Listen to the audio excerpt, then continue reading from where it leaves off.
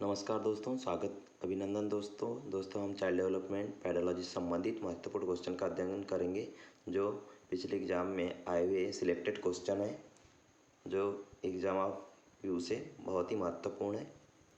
तो सबसे पहला क्वेश्चन है, मास्लो का प्रेरणा का पदानुक्रम के अनुसार स्वपूर्ति की आवश्यकताएं हैं। तो पहला ऑप्शन है आत्मविश्लेषण, क्रियात्मक आवश्यकता, सेकेंड थर्ड है विश्वास और प्यार की आवश्यकता, फोर्थ है बड़ी इच्छाएं। तो इसका सबसे सही आंसर होगा आत्मविश्लेषण या स्व यथार्थीकरण भी कहते हैं इसको। ट्राइंगल मास्लो जी ने जो ट्राइंगल दिए हैं उसके माध्यम से समझ लेते हैं। इनने इस प्रकार से ट्राइंगल दिए हैं। तो सबसे पहले है निम्न स्तर और दूसरा है उच्च स्तर। तो निम्न स्तर में उन्हें सबसे पहले नंबर पे सबसे लो लेवल पे रखा है जैविक मांग। जैविक मांग के लिए भोजन, पानी, आराम और नींद। किसी मानव को जीवित रहने के लिए भोजन, पानी, आराम और नींद की आवश्यकता होती है। सुरक्षा की मांग, दूसरे नंबर पर सुरक्षा की मांग। तो आर्थिक और शारीरिक रूप से स्ट्रांग एंड मजबूत होना चाहिए, तभी आदमी सुरक्षित रहेगा और अच्छे से विकास करेगा। थर्ड है प्रेम या लगाव, परिवार, मित्र, नाते, रिश्ते इसके अंतर्गत आते हैं। फोर्थ है दूसरे लेवल पर, हाई लेवल पे आ जाते हैं अपन, सम्मान की मांग। पहचान, आदमी की पहचान ही सब कुछ है। अगर मैं किसी को की पहचान नहीं तो उसका इस विश्व में उसकी कोई महत्व नहीं रह जाता। तो उसकी सबसे चौथे नंबर पे उन्हें रखे हैं सम्मान की मांग अर्थात पहचान, आइडेंटिफिकेशन। और सबसे ऊंचा स्तर है जो हमारे क्वेश्चन में आया था, आत्म सिद्धिकरण या स्व यथार्थीकरण, जो हमारे क्वेश्चन में आया है।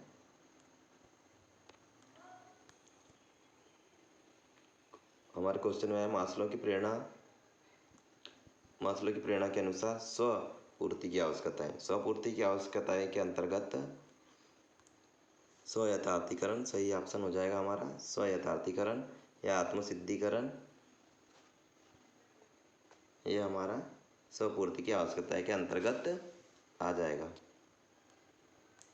इस प्रकार से आप अब्राहम मास्लो का सबसे उच्च स्तरीय सिद्धांत आत्मसिद्धिकरण इस टेबल के माध्यम से भी अध्ययन कर सकते हैं।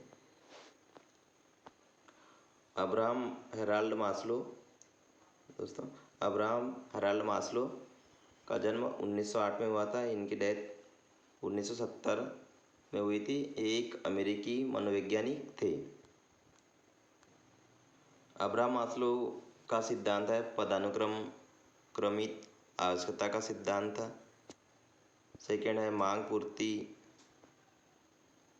आपूर्ति आवश्यकता का सिद्धांत, नाभिकीय आवश्यकता का सिद्धांत, स्वयथार्थीकरण आवश्यकता का सिद्धांत, मानवतावादी आवश्यकता का सिद्धांत। इनके इस प्रकार सिद्धांत इन्हें दिए। फ्रायड के अनुसार आनंद सिद्धांत पर व्यक्तित्व का कौन सा भाग संचालित होता है। फ्रायड के अनुसार आनंद सिद्धांत पर व्यक्तित्व का कौन सा भाग संचालित होता है। इसका सही आंसर, इसका ऑप्शन है अहम, आदर्श, ईगो, आइडियल। सेकंड है परमाहम, सुपर ईगो। थर्ड है पहचान, आईडी। फोर्थ है अहम यानी ईगो। तो इसका सही आंसर हो जाएगा थर्ड वाला ऑप्शन अपना, पहचान, आईडी।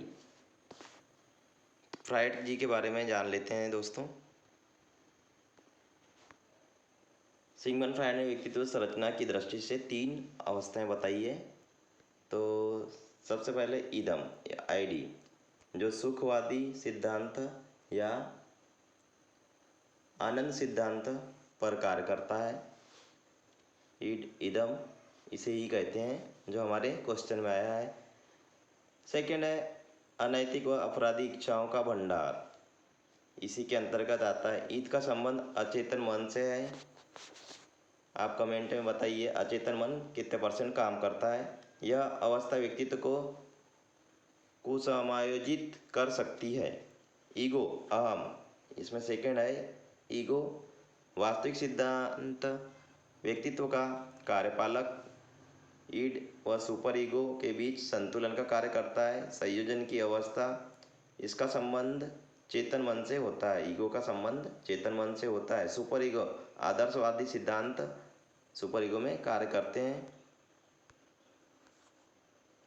ओडिपस और इलेक्ट्रा ग्रंथि। ओडिपस और इलेक्ट्रा ग्रंथि, सिगमंड फ्रायड के अनुसार लड़कों में ओडिपस ग्रंथि होने के कारण वे अपनी माता को अधिक प्यार करते हैं और लड़कियों में इलेक्ट्रा ग्रंथि होने के कारण वे अपने पिता से अधिक प्यार करती है।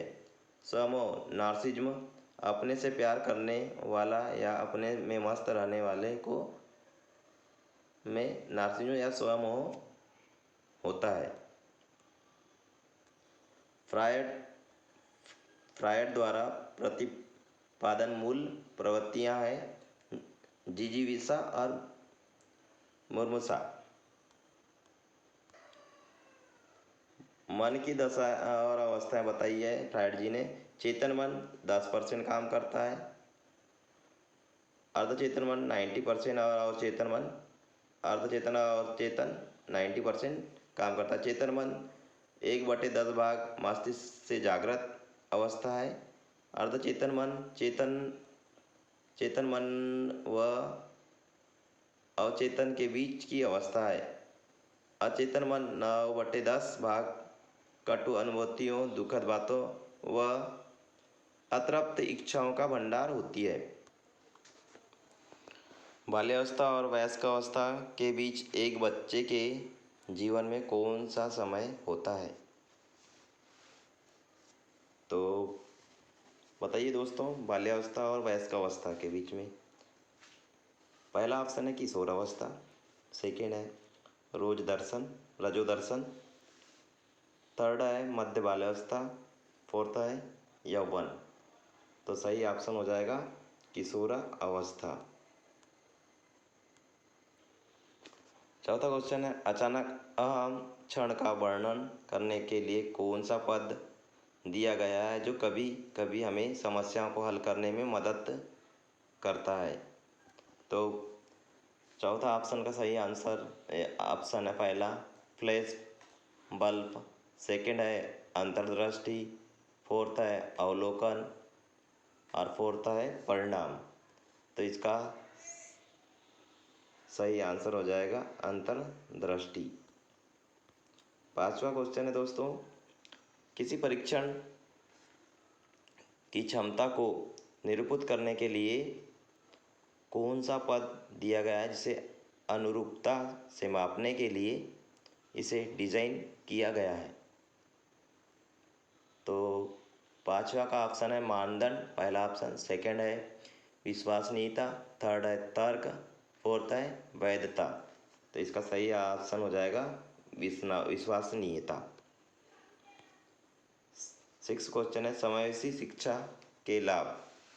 फर्स्ट है केवल नैतिक और नीति शास्त्र सिद्धांत विकसित करना, सेकंड है केवल संचार और सामाजिक कौशल बढ़ाना, थर्ड है केवल विविधता की स्वीकृति और प्रशंसा बढ़ाना, फोर्थ है उपयुक्त सभी। तो इसका सही ऑप्शन हो जाएगा उपयुक्त सभी। सातवां क्वेश्चन है संतानों को देखभाल और सुरक्षा प्रदान करने का आग्रह अभिप्रेरणा है। पहला है यौन, सेकंड है मात्र अभिप्रेरणा, थर्ड है उपलब्धि, फोर्थ है संबंध। तो सही ऑप्शन हो जाएगा दोस्तों इसका सेकंड वाला मात्र अभिप्रेरणा। आठवां क्वेश्चन है दोस्तों, आठवां क्वेश्चन है एरिक्सन के मनोसामाजिक विकास के कौन से चरण में प्रतियोगिता भावना विकसित होती है? एरिक्सन जी के मनोसामाजिक विकास के कौन से चरण में प्रतियोगिता भावना विकसित होती है? पहला है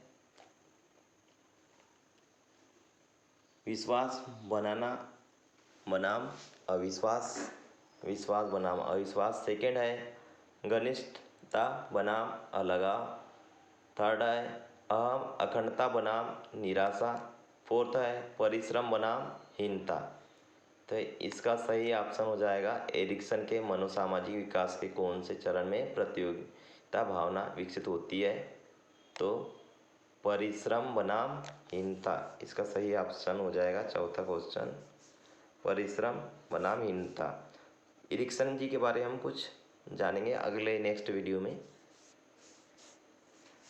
अपना फिर नेक्स्ट क्वेश्चन है शिक्षक द्वारा मानसिक रूप से मंद शिक्षार्थी लर्नर के लिए निम्नलिखित में से किस कार्य नीति का उपयोग नहीं किया जा सकता?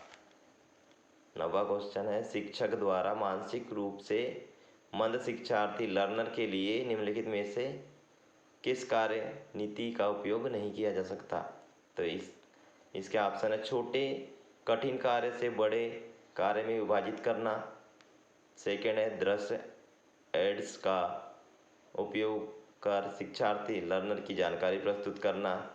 समूह गतिविधियों में शिक्षार्थी लर्नर को शामिल करना। फोर्थ है शिक्षार्थी लर्नर को तत्काल प्रतिक्रिया प्रदान करना।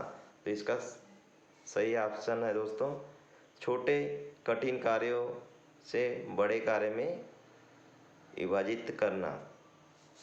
कमजोर व्यक्ति को शिक्षा द्वारा मानसिक रूप से मंद शिक्षार्थी को के लिए यह बहुत ही कारगर सिद्ध होता है।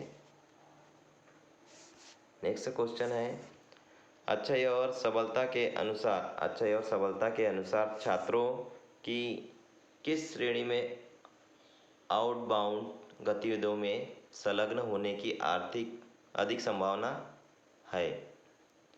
अच्छाई और सबलता के अनुसार छात्रों की किस श्रेणी में आउटबाउंड गतिविधियों में संलग्न होने की अधिक संभावना है?